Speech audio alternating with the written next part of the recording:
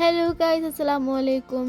ഇത് ഇന്നലത്തെ വീഡിയോ ആണ്. അപ്പോൾ എൻ്റെ ചെറിയ അനിയൻ്റെ മുടി വെട്ടാനും അതേമാതിരി ഞങ്ങൾക്ക് മുത്തുമാരോടൊക്കെ പോകേണ്ട ഒരു കാര്യം ഉണ്ടായിരുന്നു.